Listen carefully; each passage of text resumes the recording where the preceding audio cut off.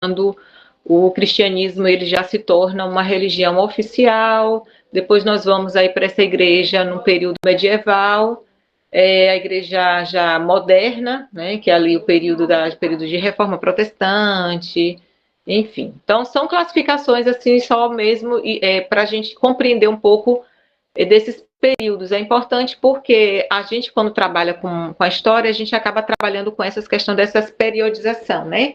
E esses períodos, eles acabam facilitando a nossa compreensão para entender alguns assuntos. Por exemplo, quando a gente estuda sobre a patrística ela tem um início e ela tem um fim.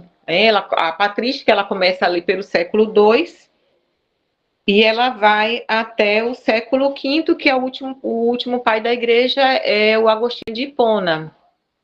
Pelo menos o que nós consideramos aqui quando a gente trata da história da igreja no Ocidente. Né? Passando daí, a gente não tem esse período como a questão de paz da igreja. Né? Houve um período que se tratou sobre essa questão da patrística. Então, isso facilita a compreensão. Hoje a gente vai falar um pouco sobre o mundo romano e também esse advento do cristianismo. Quando a gente fala da história da igreja e a gente vem, né, sobre esse, digamos assim, um percurso, a história bíblica lá do Antigo Testamento, ela tem um término, né? A gente encontra ali os 440, né, os anos 400 antes de Cristo, que é o chamado do período interbíblico, ali entre a morte de Neemias e o nascimento de Jesus, e é chamado o período do silêncio, um silêncio da parte de Deus. Isso porque durante 4 séculos Deus ele não se manifestou ao seu povo por meio de profecias, né? Nem por meio de visões, nem por meio de sonhos. Houve um silêncio, né? E esse silêncio não quer dizer que Deus estava inativo na questão da história. A gente entende assim, né? Deus ele estava no seu plano ali, né? Dando continuidade a essa questão para o advento de Cristo, né? É isso, o silêncio profético, né? Nesse advento de Cristo, nessa preparação, e aí a gente vai encontrar o apóstolo Paulo falando que vindo a plenitude dos tempos, né, Deus enviou seu filho nascido de mulher, nascido sobre a lei. Então isso significa que Deus preparou um tempo, né? Deus, depois desse anúncio por meio de profetas sobre a vinda de seu filho, ele estava ali, o mundo estava preparado para receber e conhecer, né, os propósitos de Deus para a humanidade. Então nós vemos que desde as origens, né, desde a origem da humanidade, a gente vai vendo que o evangelho ele vai se inserindo na história humana. O evangelho ele vem, né, por meio de Cristo. Deus se introduz em nossa história, né, em prol da nossa redenção. Os autores bíblicos eles vão deixar esse lugar. Eles não deixam dúvidas quanto a isso. Eles falam, a gente vai encontrar os evangelhos, nós vamos encontrar tanto Lucas falando, Lucas ele é tido como um historiador, né? E Lucas ele coloca, né? Ele diz, né? Sobre o lugar. Na época, ele vai dizer assim, o nascimento de Jesus foi na época de César Augusto. Então, ali ele está demarcando um tempo. Né? Sendo Quirino governador da Síria. Então, há um tempo aí. Pode falar, Terêncio. Professora, me desculpe, é porque como eu estou chegando hoje, eu estou meio perdido aqui. A senhora está dando o que está na primeira aula ainda, ou a senhora já está na segunda aula? Não, eu estou pegando ainda da primeira aula, estou fazendo comentários baseados nos slides que eu deixei para vocês. Nos slides, olhando os slides aqui. é porque são pontos que eu coloco, né? Ah, tá. Sim, sim. É assim, nos slides eu só coloco pontos mesmo, eu não coloco o assunto em si. Aí eu vou comentando algumas coisas. Como eu não consegui, o travou aqui, eu não consigo passar para vocês irem acompanhando, eu vou só comentando mesmo, mas lá tem os pontos do que a gente vai falar aqui durante a aula, tá? Tranquilo. A gente eu não coloco assim o conteúdo em si no slide, não, porque fica muita informação, né, para vocês. Aí eu vou só comentando exatamente o que dos slides. Eu ainda não cheguei na parte dos imperadores, não, né, das perseguições ali, porque tem um slide que vai falar sobre esses imperadores. Sim, pode falar, Valquíris.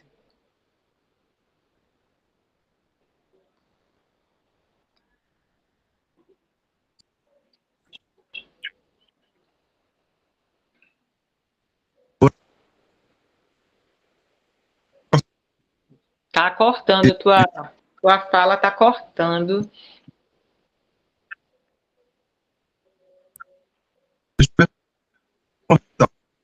Eu não estou entendendo. Agora, eu não sei se a minha internet, eu não sei se os colegas estão compreendendo você aí. Tá cortando para mim também. Tá cortando também para mim. Não entendi nada, Cláudio. Por favor. É sua internet, seu Valquíris.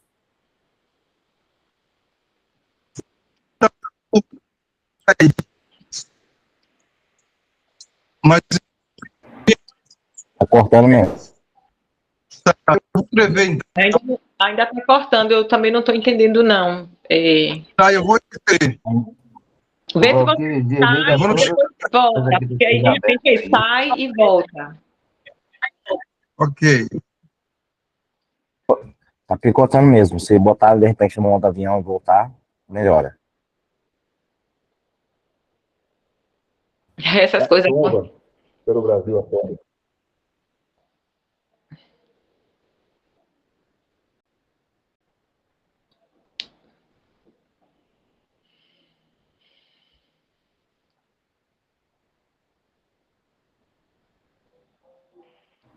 Professor, Continua, prof. agora que eu estou me achando aqui, viu? Já estou aqui na parte da perseguição, do império e tal. Agora já estou me achando. Pronto. Cadê? Valquíris já entrou? Retornou? Deixa a Valquíris. Acho que ainda não, Não, professor. né? Mas melhor continuar. Então, vou continuar. Quando ele voltar, Quando ele chegar, a gente vai vendo aí o que é que ele, né, o que ele tem para contribuir. Então, voltando aqui, eu estava falando de Lucas, né? Então, por exemplo, Lucas, ele é também conhecido como historiador, né? Ele era um médico, né? E está escrevendo um evangelho. E ele vai vai situar a história em um tempo. Quando ele demarca que no nascimento de Jesus, né, foi na época de César Augusto, ele está demarcando um tempo. Ele está dizendo que era Quirino, governador da Síria na época. Nós vamos encontrar também um outro evangelista que vai fazer também, ele vai apresentar uma genealogia, que é Mateus. Então, Mateus começa falando, né? Então, Mateus ele vai enquadrar Jesus dentro da história, e não só da história do povo de Israel, né? Mas também dentro das esperanças desse povo de Israel. Então, não é só uma genealogia aleatória, né? Às vezes a gente não gosta muito das leituras, da genealogia, mas as genealogias na Bíblia, elas têm um teor teológico, elas não estão ali por um acaso. E Mateus, ele faz isso, ele enquadra Jesus dentro da história, Jesus dentro das esperanças de um povo. E ele também vai dizer que Jesus nasceu nos dias de Herodes. Então, tem também um marco. Marcos, ele já vem, ele nos dá detalhes, né? Ele também não deixa de colocar no livro dele lá, ele trata também de acontecimentos daqueles dias. Pode falar. Não, é exatamente o que eu ia falar. Mateus não só ele traz personagens, vamos dizer assim, que seriam improváveis, mas como também ele traz uma noção de tempo de quando aconteceu, né? Do que estava acontecendo naquele momento, Exatamente. quando Jesus nasce, né? Aí dá para ter a ideia realmente desses 400 anos que passou ali, né, da profecia de Malaquias até o nascimento de Jesus. Isso. E isso é importante, isso é tão bom para a gente ver, que a gente, para a gente perceber, eu gosto, assim, da gente até ver esses detalhes bíblicos, porque o próprio Deus, ele teve a preocupação desses marcos históricos, né? Porque não é a história, ela faz parte da vida da humanidade, né? Deus, ele pede a Moisés para escrever um livro para contar, né? Conta a história desse povo. E aqui está narrando um período, tem uma história sendo contada e que é importante para que o povo conheça. Isso é bom. Quando a gente fala sobre a história da igreja, a gente fala de um tempo determinado pelo próprio Deus para que as coisas acontecessem do jeito que aconteceu, né? Deus usando pessoas, homens comuns, com os seus defeitos, mas Deus usou homens, Deus levantou homens para que também desse continuidade, né, àquilo que foi o plano dele. A igreja, ela não acontece por um acidente, né? A igreja, ela é planejada pelo próprio Deus. E aí a gente vê também um outro evangelista que vai falar que é João. E João, ele vai trazer isso para que a gente tenha uma ideia de que as narrações que ele traz não é só uma questão transitória, né? Ele começa falando de um verbo, ele vai dizer, olha, o verbo, né, se fez carne, né? No princípio era o verbo se fez carne e o verbo habitou entre nós. Quando ele escreve esse evangelho, ele está trazendo essa narração também. Ele traz a narração da vida de Jesus. Ele vai mostrar também, quando ele trata das epístolas, ele vai tratar de um princípio. Ele começa também falando, né, do princípio ali no Evangelho, e aí ele vai falar que o que os ouvidos ouviram, aquilo que os olhos viram, né, que temos contemplado, que as nossas mãos apalparam, isso é de uma importância muito grande, porque ele está até combatendo isso, ele volta um pouco no tempo para mostrar, né? Isso não é algo que começou fora do tempo, tem toda uma história. Eu já vi até alguns comentários que a própria... Não tem sarcasmo, volta um pouco, né? Ele volta tudo no tempo, né? Ele volta o tempo todo, o tempo inteiro.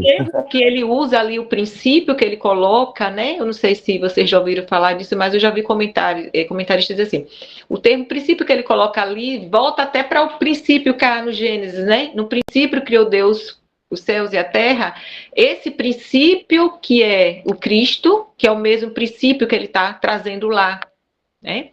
E é muito, muito interessante.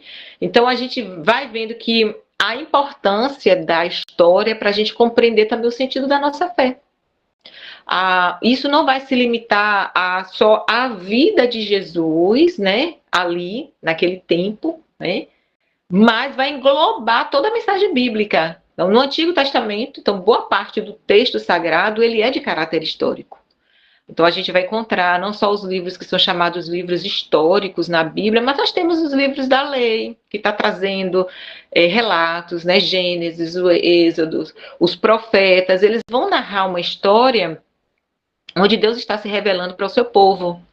E a parte dessa história é impossível a gente pegar, né? Deixar essa história de lado, né? É impossível a gente conhecer a revelação se a gente não pegar todo esse contexto todo, a Bíblia como um todo, né? E aí nós vamos encontrar dentro do Novo Testamento Lucas, por exemplo, que ele vai ter um interesse muito grande também, porque ele vai narrar, vai contar a história da igreja cristã, porque ele escreve o livro de Atos, né? E isso tem razões teológicas muito grandes, né? No Novo Testamento, a presença de Deus entre seu povo, né? Essa ascensão de Cristo, o próprio Cristo vai prometer para os seus discípulos que eles não os deixariam só. Então, o livro de Atos começa ali, mas é um livro que não se encerra, né? A gente não tem uma finalização, né? O livro encerra com Paulo fazendo um discurso em Roma. Então, assim, encerrou ali. Isso é porque a gente já vai ver, se dá continuidade, é a história da igreja tendo uma continuidade, né? Todo aquele contexto. Aí a gente vai vendo essa continuidade nessa história da igreja com esses períodos que a gente estuda, né? A gente estuda um período de uma igreja, período apostólico, a gente vai ali no Atos, vai vendo, né? Todas as perseguições, as primeiras perseguições que acontecem na igreja por meio dos judeus, esses discípulos, esse povo se espalha, e aí eles vão para chegar até outros lugares. E aí nós vamos vendo as perseguições que vão acontecer entre o século II e o século IV. A perseguição contra a igreja, ela se encerra ali com o Edito de Milão, em 323. Depois vem a Igreja Antiga. Isso aqui eu estou colocando assim, uma classificação até que eu costumo colocar assim, mas alguns vão chamar também de Igreja Primitiva, aqui no século II também, mas aqui eu estou colocando a igreja antiga entre a igreja do século IV até o século V, a igreja medieval, e aí a gente vai vendo ao longo da história da igreja o período em que essa igreja ela começa a, digamos assim, ela vai saindo um tanto dos trilhos, né, daquilo que é proposta, do que Deus planejou, né? Mas aí vem a igreja, ela não fica ali só no Império Romano, ela se expande, ela chega na Ásia, tem ali a Pérsia, a igreja ela se tornou forte, ela também passou por várias perseguições violentas já no século IV, e mais de 190 mil cristãos morreram nesse período na Pérsia, e esses cristãos, eles também foram, alguns vão dizer que foram cristãos bem mais fiéis do que aqueles que estavam em Roma. Na África também, tanto a África fora do Império, porque a gente tem uma África que ela pertencia ao Império Romano, que é o norte da África, né? E o Egito também, o Império Romano também comandava ali parte no Egito. E aí nós vamos encontrar também outros lugares em que as pessoas elas foram cristianizadas. Então, a igreja, ela expande. Tem um texto, não sei se eu deixei para vocês, que é a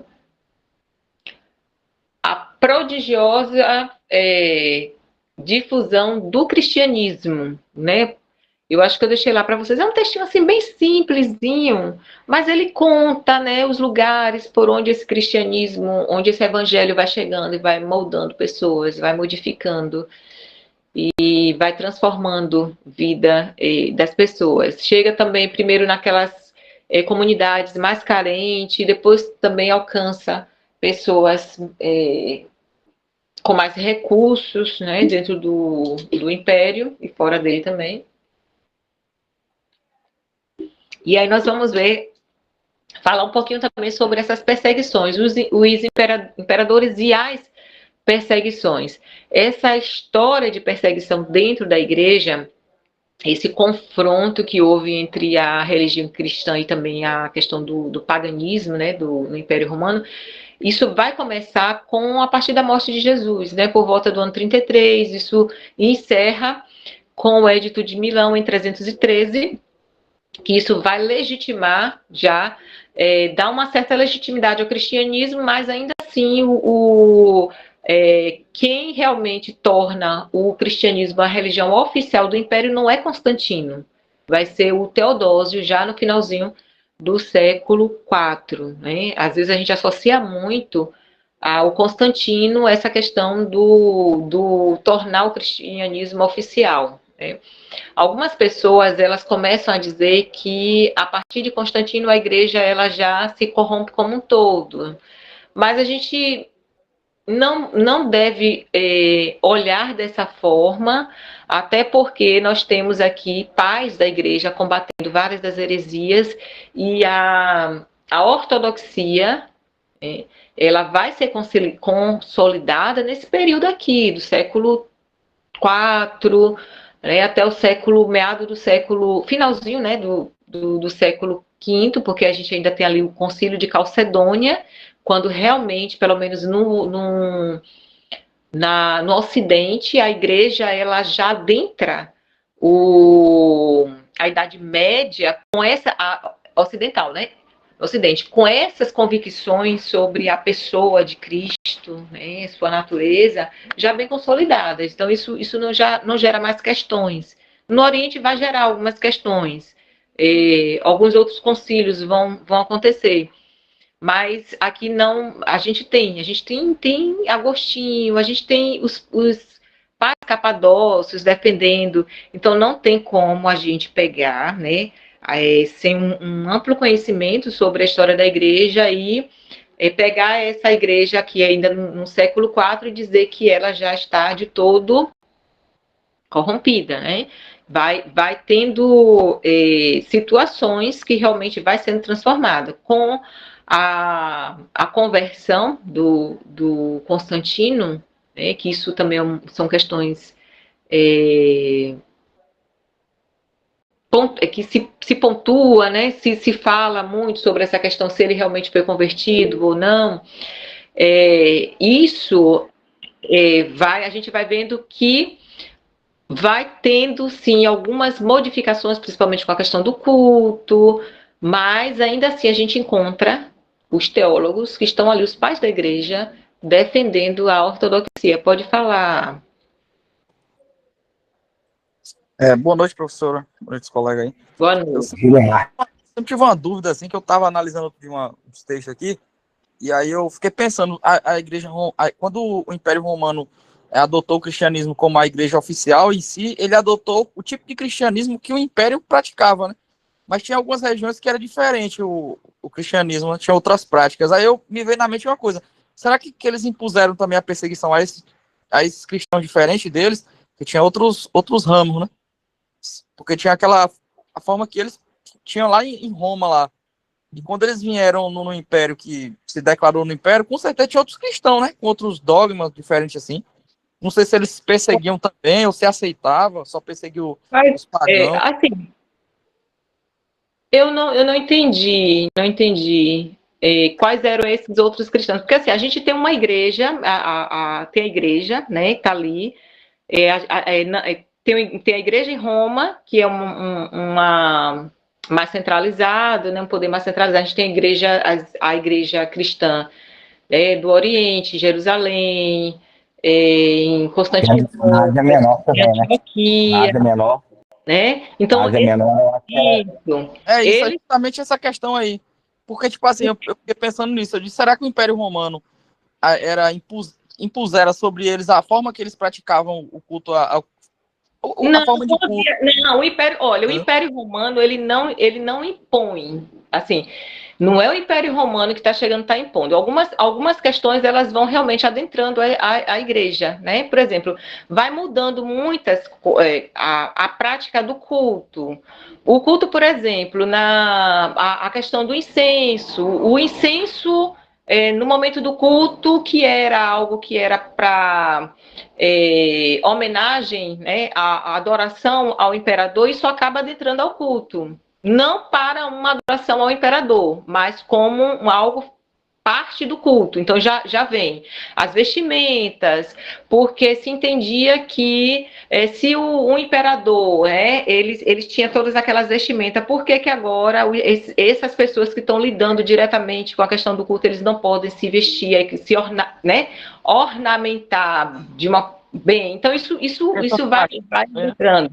A língua também, não sei se ela interferia, se eles exigiam a língua para fazer os cultos, porque meu avô falava... Era o latim, na verdade era o latim, não era uma questão de uma exigência do império sobre a religião, isso vai acontecendo, no Oriente, no Ocidente, a língua era latim, a missa, o culto, ele era realizado no latim. Mais tarde a gente vai ver que isso acaba continuando e as pessoas elas não vão ter mais aquela participação no culto.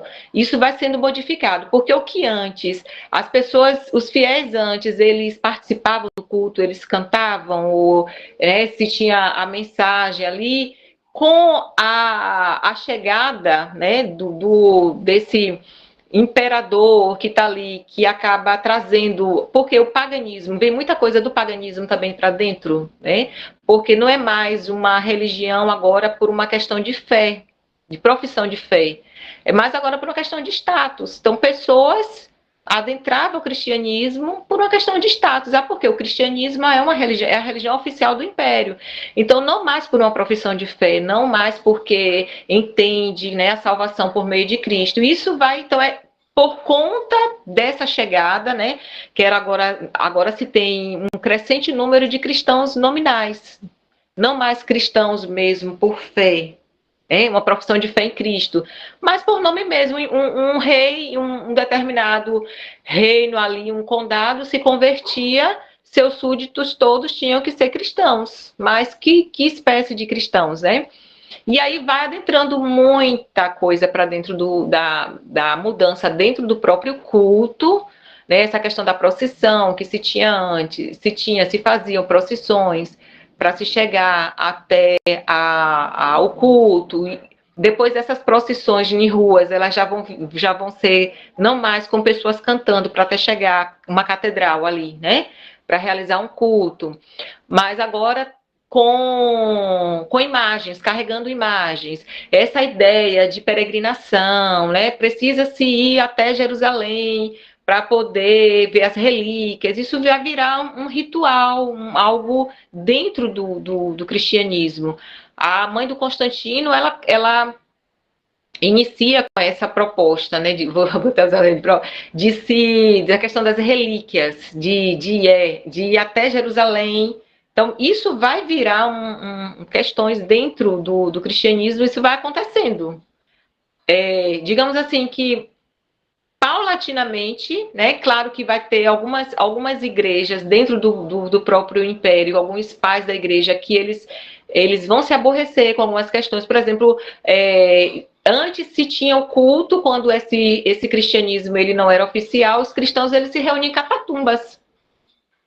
Só que aí agora, com essa liberdade, se passa a ter um culto, vão agora celebrar cultos em catatumbas, não mais, por quê? Porque é uma certa homenagem, para aqueles santos que estão ali, não inicialmente como uma questão de uma adoração, mas uma lembrança, um culto lá no túmulo de Paulo, de Pedro, não como uma veneração, mas isso depois passa a se ter, se começa a introduzir a imagens. Os monges, eles produziam imagens, então as pessoas não eram alfabetizadas. Vamos criar imagens de santos para poder ter uma facilidade, para se lembrar mais fácil, Então, isso vai se chegando aos poucos. Essa ideia dessas grandes catedrais que foram construídas. Por que essas catedrais? Os pagãos, os templos do pagão são templos bonitos. Por que agora os cristãos eles não podem também ter templos bonitos? Então, se começa a criar templos sinuosos, grandíssimos, grandes catedrais, e que vai gerar problema para a igreja, né? Os problemas, eles vão acontecendo, não acontece assim da noite para o dia. O cristianismo se torna uma religião oficial e agora tudo que não prestou, né, para dentro e acabou. Não, isso vai aos poucos até que chega um momento que a gente vê a igreja, principalmente num período da Idade Média, uma igreja bastante corrompida, né, com suas ações, com lideranças que não tinha nada a ver com a questão de pessoas que criam, né? Então, ali por uma questão porque podiam e pagavam para assumir essa liderança, para ser um papa, para ser um bispo em um local, havia essa investidura leiga, né? A venda, a simonia, né? Se troca, então isso vai acontecendo bem aos poucos. Até essa ideia que se tem hoje de um líder sobre todos, né?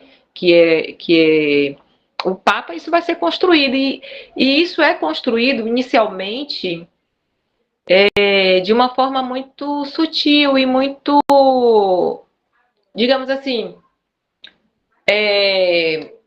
para evitar, né? Evitar alguns problemas. Não tenho, não.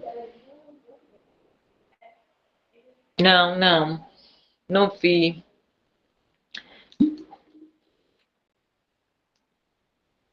E às vezes até para se evitar. Quando a gente vai estudar mesmo, quando chega o momento de como a igreja ela se porta para se defender das heresias, que aí vem a questão do bispo, né? Um bispo, né? A questão de um só bispo comandando um local. Tem um pai da igreja que ele começa a dizer que o bispo de Roma ele deveria ser sobre todos os bispos, porque aquela era a igreja, né, a principal, né, a igreja entre as igrejas, né, porque Roma é a capital do império, então logo a igreja que está em Roma, ela deveria ser a igreja. E isso é um pai da igreja, é Inácio de Antioquia, ele começa a falar isso, século II. E isso vai gerar também problema, isso gera um desconforto muito grande entre a igreja que está no Oriente com a igreja que está no Ocidente. É mais tarde, algo que vai acontecendo século II, depois no século IV, né? Se começa a colocar aqui não mais Roma, mas Constantinopla, porque Constantinopla passa a ser agora a capital do Império. Então, não só Roma, mas Constantinopla. E isso vira tanto problema no século IV para uma cisão depois que vai acontecer no século XI, 1054, uma separação. Então, são coisinhas que vêm acontecendo. Pode falar, Wesley. Pro, boa noite. Primeiramente, eu acho que eu me solidarizo com a matéria da senhora. Eu não sei se a senhora vai ter um segundo semestre para concluir a história da igreja, eu não sei. Tem, né? Ainda bem, porque, querendo ou não, são 2000 anos de história, né?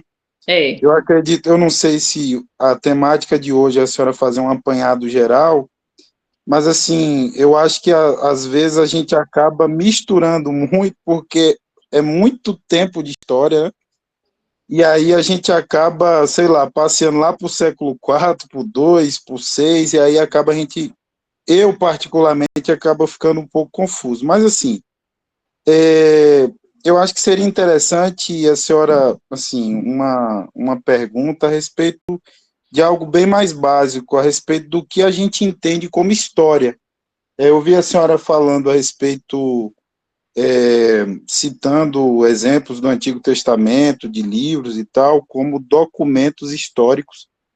Só que também a gente entende que o foco principal da Bíblia não é ser um livro cientificamente histórico, digamos, né? É um livro de narrativas bíblicas e o propósito, acredito eu, no meu entendimento, maior não é prioritariamente ser um livro histórico. Então, acho que, assim, para início de parâmetro e para que a gente possa entender o trilho que a gente pode caminhar, acho que seria interessante a senhora expor para a gente o que a gente entende como o conceito de história, no sentido científico, e porque, assim, hoje existem muitas interpretações a respeito do que é história. O que é considerado um documento histórico, ou o que comprova a historicidade de tal narrativa ou de tal documento. Eu queria que a senhora comentasse um pouquinho sobre isso, eu não sei se deu para entender um pouco. Eu estou entendendo. Eu só, assim, gostaria que você também entendesse, quer dizer, o que é que, primeiro, o que é que você entende sobre história? O que é história? O que é história? No seu entendimento, quando você... Não, é justamente isso, porque senão a gente caminha no campo da subjetividade, né? Tipo assim, história para mim é uma coisa, história é aquilo que minha mãe contou. Mas assim, sim. Não, a senhora me perguntou para mim o que é história ou só foi uma pergunta retórica? Desculpa. Não, é isso mesmo, eu estou perguntando para você, o que é que você entende quando se fala assim, o que é história, né? Não, é isso, é como eu estou falando, eu acho que como a gente vive numa multiplicidade numa diversidade de interpretações, às vezes a gente acaba caindo nesse campo muito da subjetividade. Então, tipo assim, para mim, história é o que eu ouço, o que minha mãe me contou na infância, histórias da minha família. Então, isso para mim pode ser considerado histórico. Embora alguma dessas coisas, né, nem podem ser comprovadas como algo realmente histórico, o que aconteceu, pode ter tido os exageros, entendeu? Então, assim, é uma pergunta honesta mesmo, assim, acho que seria interessante entender cientificamente o conceito de história. História é simplesmente algo que alguém conta sobre o passado, mas o que precisa ter de comprovação para que se considere como algo realmente histórico? Essa é a minha dúvida. Anderson, você quer falar? Daqui a pouco eu falo. Pode falar, Anderson. Basicamente a mesma questão do Wesley, né? O que a gente tem que considerar como histórico, né? Como referência histórica, que a gente sabe que tem a questão de fé, tem a questão histórica do que foi comprovado. Então fica sempre essa dúvida, né? Mas assim, eu confesso que eu não estou entendendo, porque assim, o Wesley falou que eu coloquei, né, assim, realmente, a Bíblia, ela não é uma questão científica, mas a Bíblia, ela conta história. A Bíblia conta a história de um povo. A Bíblia é um livro histórico também, né? A gente não pode dizer que a Bíblia não é um livro histórico. A Bíblia narra a história de um povo. Há um plano de redenção pelo próprio Deus, e nesse plano de redenção, Deus traça, né, na sua linha de tempo, todos os eventos. Até desculpa, só um adendo, tá? O conceito de história que eu me refiro, ele é desvinculado, eu entendo a questão da redenção, mas eu estou falando como um documento histórico, entende? Então, tipo assim, a história de um povo, a história da redenção, a história da revelação de Deus, a gente entende isso como algo, só que isso já vincula a algo teológico, entende? A minha dúvida é qual o trilho histórico de documentação. Sim. Wesley, até a teologia, a gente não faz teologia sem passar pela história, entendeu? Não tem como. Não tem. Essa disciplina nossa aqui é uma disciplina que trata vai narrar os fatos. O que é que aconteceu até chegar hoje para a gente compreender o que é a igreja, né? Como é que esses fatos vão chegando? Não tem como a gente falar da igreja se a gente não falar de um plano de redenção. Até porque o próprio, como eu já falei para vocês, a igreja, ela não é um acidente de percurso na história da humanidade. Deus traçou. Então, para chegar até aqui, Deus traçou planos. Então, eu trouxe que essa questão da importância de se estudar a história da igreja e essa importância que os próprios os evangelistas, eles estão trazendo sobre essa questão da história. A gente não começa a história da igreja de um ponto, vou começar a história da igreja a partir de Constantino, não. A história da igreja, eu posso traçar, sim, desde quando, né, a Bíblia está trazendo ali a importância de que a gente precisa conhecer os fatos, a forma como Deus traçou, né, esses eventos, há eventos que vão acontecendo desde a fundação do mundo até chegar na gente hoje. Querendo ou não, mesmo que trate sobre a questão teológica, olha o que eu falei, até quando a gente fala de genealogia, a gente fala a genealogia, ela tem uma questão histórica e ela tem uma questão teológica. A gente não fala da teologia sem a gente falar da questão da história. Porque até para a gente estudar teologia, vocês têm uma disciplina que chama História da Teologia, História do Pensamento Cristão. Como é que o pensamento cristão ele vai sendo formado ao longo do tempo. Aí a gente vai estudar, aconteceu isso no século tal, isso aqui, e por aí vai, né? Quando a gente estuda a história ela vem narrando fatos para a gente compreender. Eu só posso compreender o presente por conta do passado, e a história traz isso. A história traça, e não tem como... uma questão de uma subjetividade, ou não seria uma subjetividade, né? Porque quando a gente trata da história, a gente trata de documentos. Existem documentos, as fontes, né? Então, nós temos autores escrevendo, né, narrando. Claro que você vai encontrar um historiador pontuando alguma coisa, um outro historiador pontuando outra questão, mas isso não quer dizer que esses fatos ali, eles não tenham sido verídicos por isso, até porque a gente vai encontrar nos próprios textos bíblicos, nos evangelhos, por exemplo, um evangelista narra um fato de um jeito, outro evangelista traz um outro ponto, e isso não quer dizer que seja nem contradição, aqui no caso Bíblia, né? E nem a questão de algo fictício, né? O que nós estamos tratando aqui nessa disciplina são fatos que aconteceram, né, ao longo do tempo. Eu costumo dizer que eu trabalho com a história da igreja e eu pego muito da partir do século II, porque eu começo a falar ali sobre a questão dessas perseguições e tal, mas eu estava falando para vocês sobre uma necessidade de se estudar a história, a necessidade que a própria Bíblia, ela traz histórias para a gente. A história do povo de Israel é uma história, né? Não tem como a gente não falar. Então, é isso. Aí você falou, às vezes, fica, né, vai para não ser qual certo. Aqui são pontos, tem situações que não tem como, porque a gente não vai contar a história, narrar a história da igreja, e às vezes não tem como você parar só naquele ponto. A gente acaba pontuando, indo para tal momento para voltar, só para mostrar algumas situações.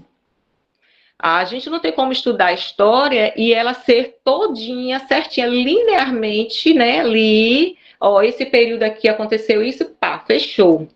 Aí depois vem um outro período aqui, fechou, né?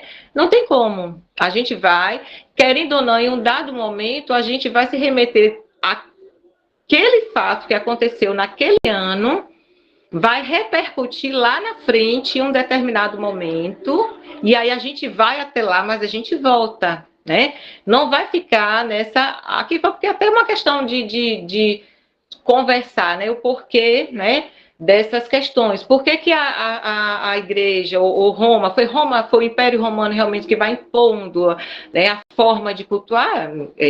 Isso não vai acontecendo assim, pá, esporadicamente. Então, no decorrer da história, a gente vai vendo essas mudanças. E, assim, quando a gente trata de história, não é uma questão de subjetividade, né? A gente trata trazendo... Eu trago, eu até deixei para vocês lá, vocês darem uma lida. Eu vou muito nas informações trazidas pelo Gonzalez e o Bruce Shelley, inclusive eles concordam, Tem muitas. Se você pegar as informações, tanto do Bruce Schellen quanto o do Gonzalez, eles são historiadores. Eles escreveram um livro para falar sobre isso. Então, essa é uma fonte secundária, né? Porque a fonte primária foi de onde eles beberam lá para poder trazer a informação. A gente está pegando aqui já a fonte secundária de um autor que pesquisou e está trazendo os fatos ali, e é o que eu estou trazendo para vocês. E também, assim, são mais de 2.000 anos de história, e eu acabo dizendo assim, a gente acaba selecionando o conteúdo que vai trabalhar. Então, desse período, assim, vocês vão pegar questões pontuais. Algumas coisas eu trago, e isso realmente ainda fica assim, sobre o crivo, né? O crivo do professor que está dando o assunto, porque de repente um outro professor que venha escolhe uma outra coisa para falar. Mas dentro daquilo que eu trabalho, eu escolho alguns temas que eu considero relevantes, né? Para comentar um pouco com vocês na sala de aula sobre o assunto. E realmente é muito tempo, não tem como mesmo. A gente aqui nessa disciplina só vai até o século XIV, século XV. Quando chega na disciplina Cristianismo 2, a gente já adentra falando sobre as reformas protestantes e por aí vai. Né? Fala, Firmino? Tá firme. Oi, bro, boa noite. É firme? Peraí, pode falar. Está me ouvindo bem? Estou ouvindo, sim. Boa noite a todos, irmãos, graças a paz. É porque a pergunta de Wesley me fez fazer um outro questionamento na minha cabeça. Se você não quiser responder, não tem problema. Mas, é assim, por exemplo, eu estava refletindo aqui, aí, por exemplo, as cartas de Paulo, eu entendo como sendo um documento histórico. Mesmo ela estando atrelada à questão religiosa do cristianismo e tal, dentro de estudos teológicos que a gente faz e tal. Mas, assim, por exemplo, existe algum critério na ciência história que a gente poderia determinar como seria considerada essa carta de Paulo como um documento histórico? Depois da pergunta de Wesley, me veio esse questionamento na cabeça, porque, assim, eu entendo um pouco de história e tal, mas eu não entendo da história como ciência. Então, assim, eu na minha cabeça, eu não tenho esses critérios, ou se existem esses critérios dentro da área acadêmica e tal, né, que determinaria que a carta de Paulo é um documento histórico, entendeu? Digamos assim. Não sei se você entendeu a pergunta. Entendi, sim. Olha, assim, quando se trata sobre a história como a ciência, eu vou dizer para vocês que ainda há até discussões sobre isso, né?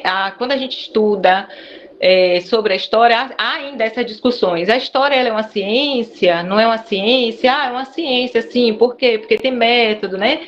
Você tem método, você tem um objeto de estudo. Então, a partir do momento que você tem um objeto de estudo e você tem um método ali, ela é uma ciência, né? O que é que faz um livro ou um documento histórico? A partir do momento que ele traça um tempo, ele fala de um determinado tempo, ele está pontuando que houve um momento específico, que existiu pessoas ali, né? Ele está traçando esse tempo. Isso já deixa como um documento histórico. Agora, sim, é claro que vai ter, dependendo do rigor de quem está e do método do historiador que vai usar, ele vai trazer algumas questões, porque isso aí também vai ser... Existem métodos, né, dentro do estudo de história. Então, isso vai depender também de quem vai estar analisando ali para ver. Mas, a partir do momento que ele traça um tempo, ele é um documento histórico, sim. Entendi. Por exemplo, a epopeia de Gilgamesh mesmo, alguns podem considerar como documento histórico, outros podem considerar que seria apenas uma questão de cultura. Porque isso aí vai depender muito do método que o historiador ele utiliza para isso, né? Entendi. Muito Obrigado. mesmo.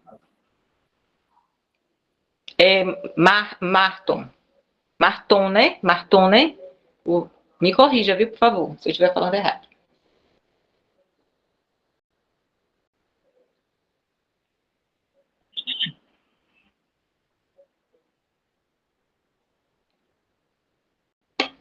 Se você está falando, a gente não está ouvindo, não, que o microfone está desligado.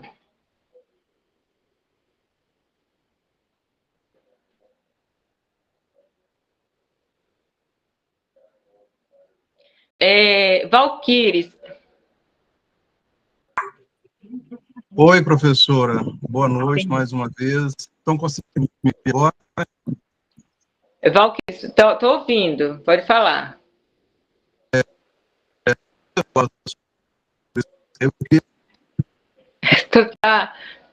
Ainda tá falhando tua chamada, teu áudio aí. Eu acho que seja interessante, mas o registro de Lucas, ele consta na história. É um registro histórico. Na história secular, consta que naquele período, ele é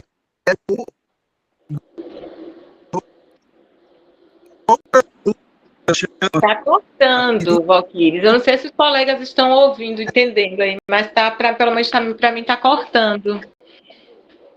Para mim está cortando também. Está cortando também. Começou bem, mas parou.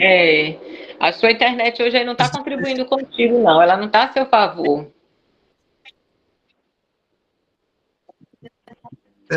Beleza.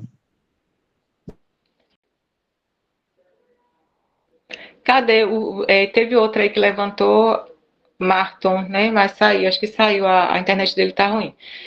Certo, mas vamos lá. Então, aí a gente tem aqui as primeiras perseguições que vão acontecer dentro da história da igreja.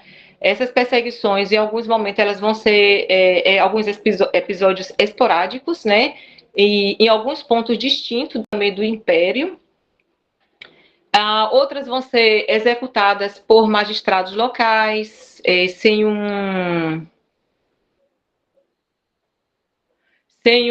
envolvimento ou uma coordenação também direta de Roma, né? Aí a gente vai encontrar alguns massacres que aconteceram com esses cristãos aqui logo nesse primeiro, aqui século I ainda, né? Alguns massacres, expropriações de terra, as pessoas tomavam terras de cristãos, eles destruíam locais de culto, não se podia ter um templo. Então, assim, quando os templos mesmo eles são construídos para se ter um local fixo para um culto, já vai ser a partir do século IV, não século II, né? Século III. Há um registro de uma igreja muito antiga, de um localzinho, mas não era nem formato de uma igreja em si, né? Como a gente conhece hoje, era uma casinha lá e tal. Mas não tinha, eu estou falando aqui igreja-templo, espaço físico, viu, gente? Não é, porque a igreja, havia igreja, né? Se reunia nas casas, mas você não tinha um local, um prédio, digamos assim. E por causa das perseguições. E aí vai ter uma perseguição que ela é bem localizada, que a gente conhece bastante, que foi a perseguição no ano de Nero, que foi uma perseguição contra os cristãos, e essa perseguição ela vai ser ordenada pelo o próprio Nero, e é uma perseguição historicamente mais conhecida, né? A gente, quando fala das perseguições, a gente lembra muito da perseguição que foi provocada por Nero, e nós temos duas vítimas, os dois apóstolos que vão ser vítimas dessa perseguição, que foi Pedro e Paulo. Eles vão ser martirizados aqui no período de Nero. Os cristãos, eles depois, né, eles vão ser acusados, acho que entre 67 e 68, de incendiar Roma. E isso, Roma ficou devastada pelo fogo, e vão associar esse incêndio, né, a esses cristãos. Fala, Firmo. Opa, desculpa interromper, mas pode parecer uma pergunta tola, mas é porque eu sempre tive essa curiosidade e ainda não achei onde buscar essa informação. Qual documento, que tem, assim, que deu a indicar que Paulo e Pedro morreram nessa perseguição? Eu não estou questionando a informação, não. Estou dizendo, assim, a fonte histórica de onde veio, se você sabe me dizer, assim. O documento, a fonte primária, não sei, mas, assim, é bem recorrente entre os historiadores, né? Há um historiador conhecido do século I, se eu não me engano, que é o Josefo, era o Josefo? Acho que é. ou era o Eusébio, eu agora não me lembro, porque eles vão colocar, né? Então, assim, não o documento primário, a fonte primária, mas são recorrências inclusive, entre historiadores, né? Que vão falar que alguns vão até colocar que provavelmente, né? Provavelmente a perseguição histórica e que a morte até por causa do ano. Qual foi o ano que Nero governava? Então, a gente associa muito. Nero governava ali entre 64 a 68. Qual foi o período que Pedro e que Paulo morreu? Ele morre acho que é em 67, né? Que é a morte deles. Então, associa, eles estão em Roma. Quem era que determinava a morte naquele período? Era quem? O imperador.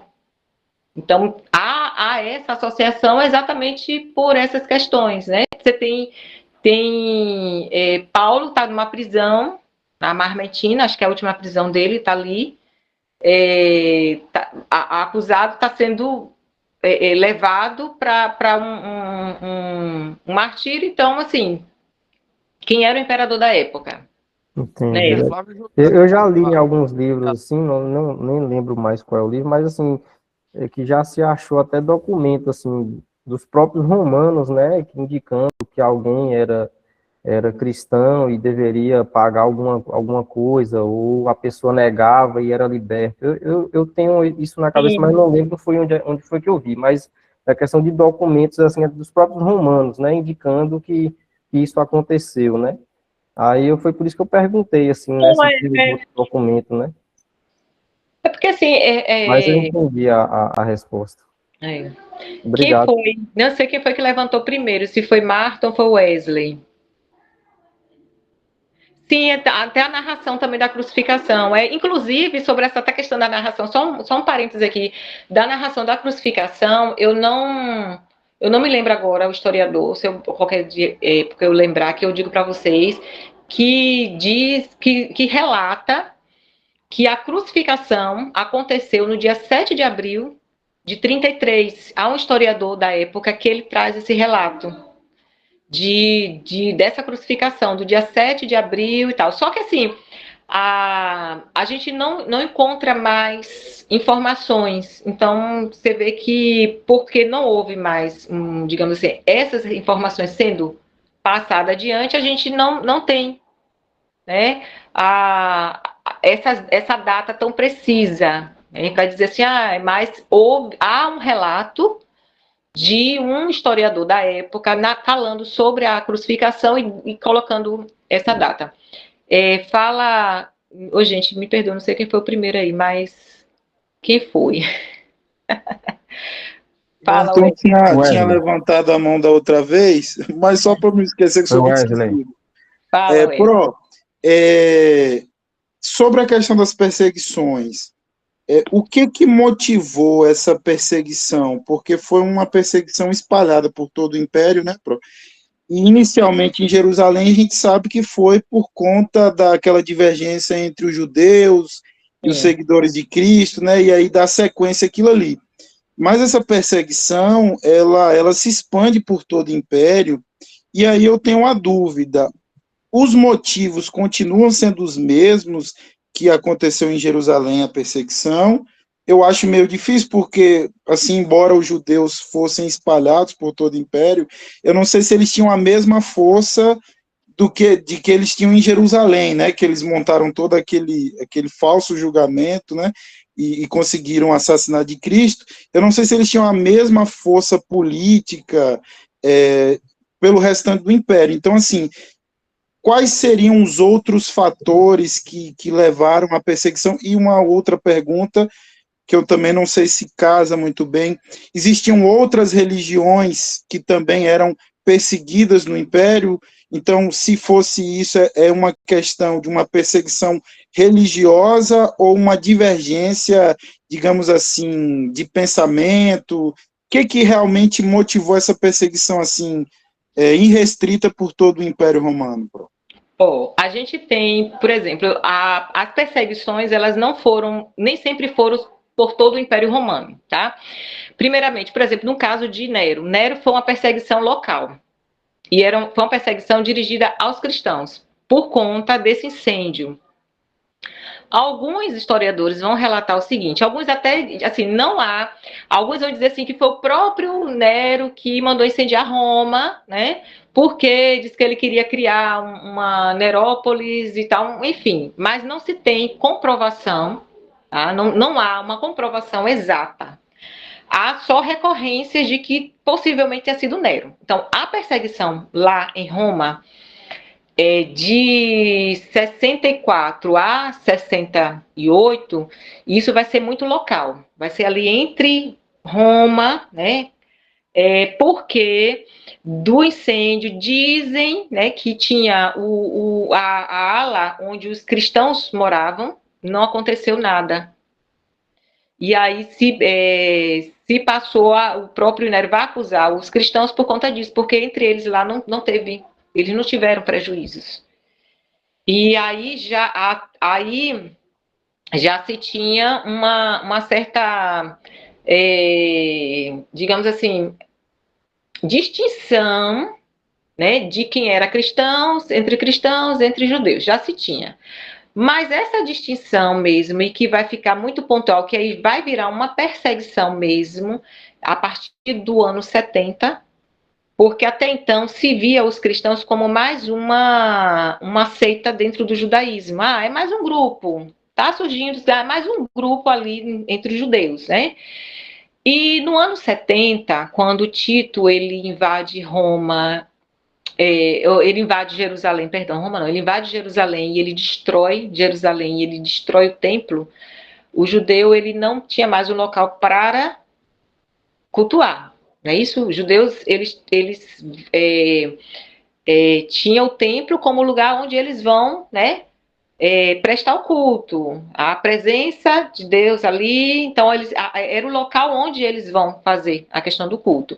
Não tem mais um templo, então agora esses judeus eles não se reúnem mais para isso. Só que o cristão não. Os cristãos, eles tinham as suas reuniões, e a partir daí se fica distinto quem é cristão, né? Então, assim, nós não temos, então isso não é uma nova religião que está surgindo dentro do Império Romano, ó, a compreensão, já há uma nova religião.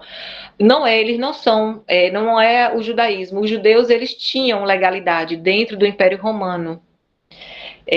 O Império Romano não obrigava os judeus a adorar o panteão de deuses romanos. O Império Romano ele não obrigava os judeus a fazer isso, né? Até porque houve lá uma história lá, acho que é antes de Cristo, entre os macabeus, né? Que oferece dentro do templo um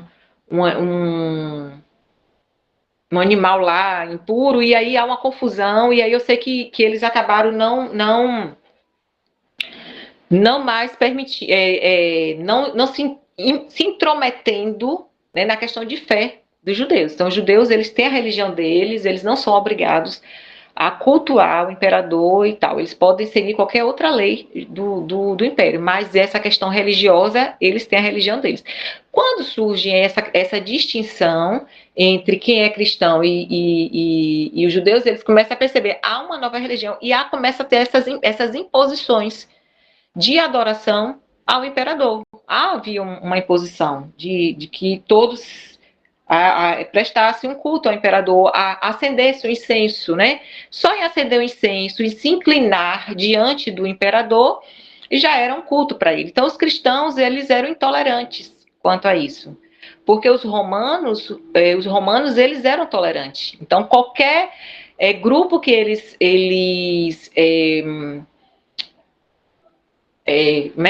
invadiam um local, né? Eles rendiam esse grupo, eles dominavam, eles podiam adorar os deuses dele. Tinha um panteão de deuses ali, vem com tudo.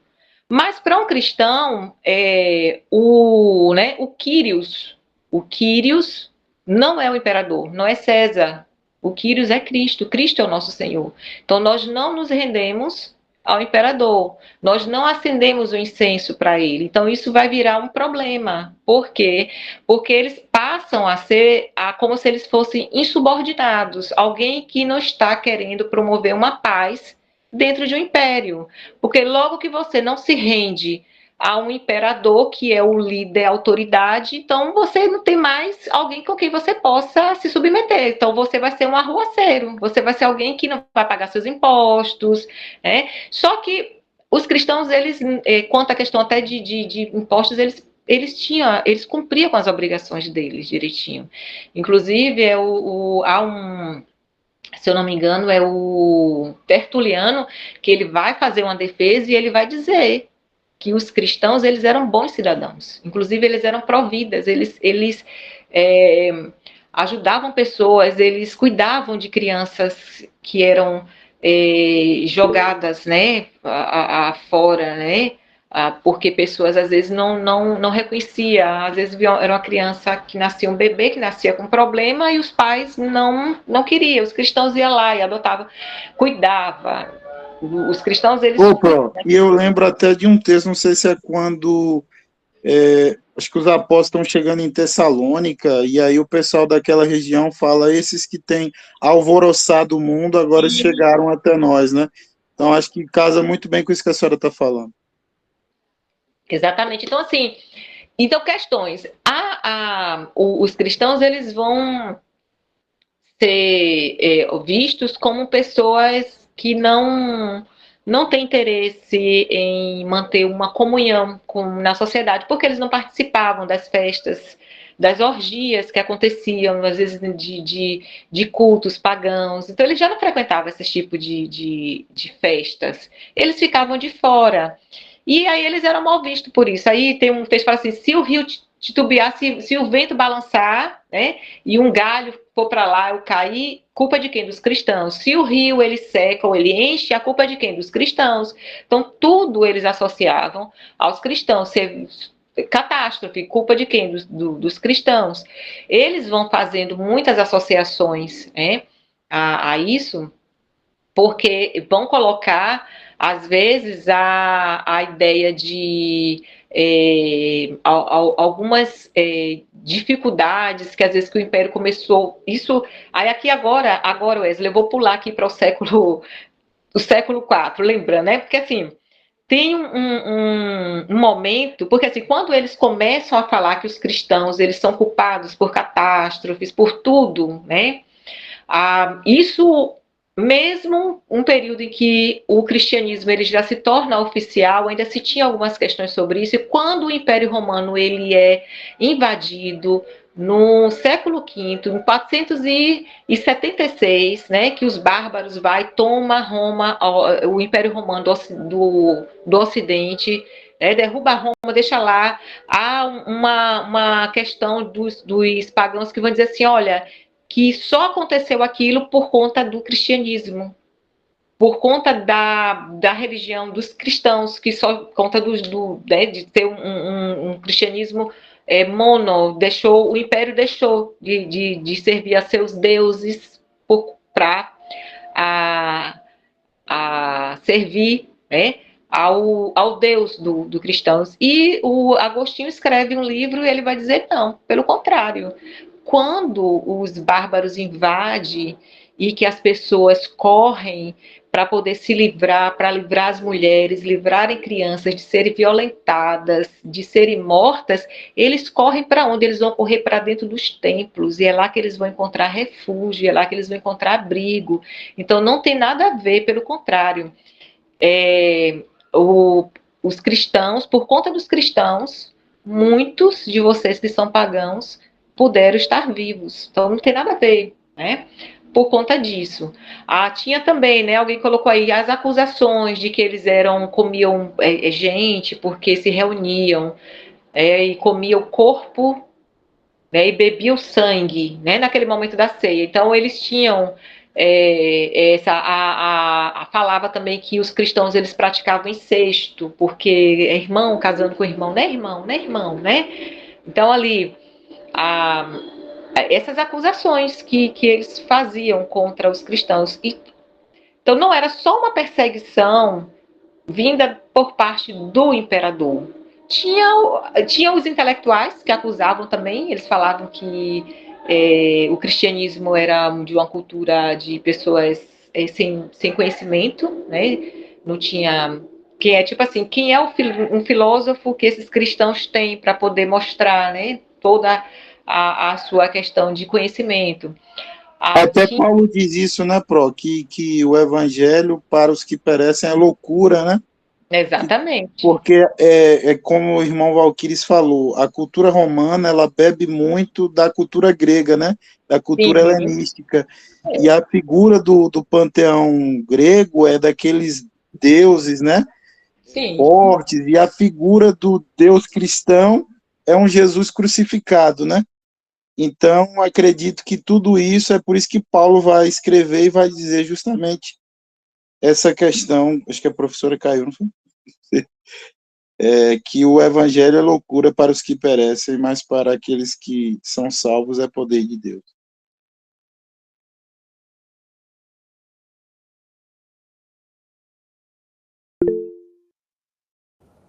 É pano para manga, né? Essa história aí é pano para manga, não? Deus é bom, hein? Só essa 2000 anos de história, meu amigo, é uma faculdade. Eu tô falando, entendeu? Você está há mais de 2000 anos de história, né? Vamos dizer assim, né? Isso só do Novo Testamento, né? Já pensou sempre com a grega, né? A grega do Antigo, tudo junto. Então, imagine você pegar uma história lá do início. Jesus para Abraão, acho que foi quase 4.000 anos, não foi? Você vê, entendeu? Mais de 4. E para nós aqui 2. Então a gente acha que Jesus nasceu tem muito tempo, mas olha a diferença de Jesus para Abraão. O espaço de tempo. É isso aí, muito tempo. Mas a Bíblia está aí. Eu acho que a Bíblia é a nossa base, né? Tudo está na Bíblia, né? Não tem como a gente fugir da...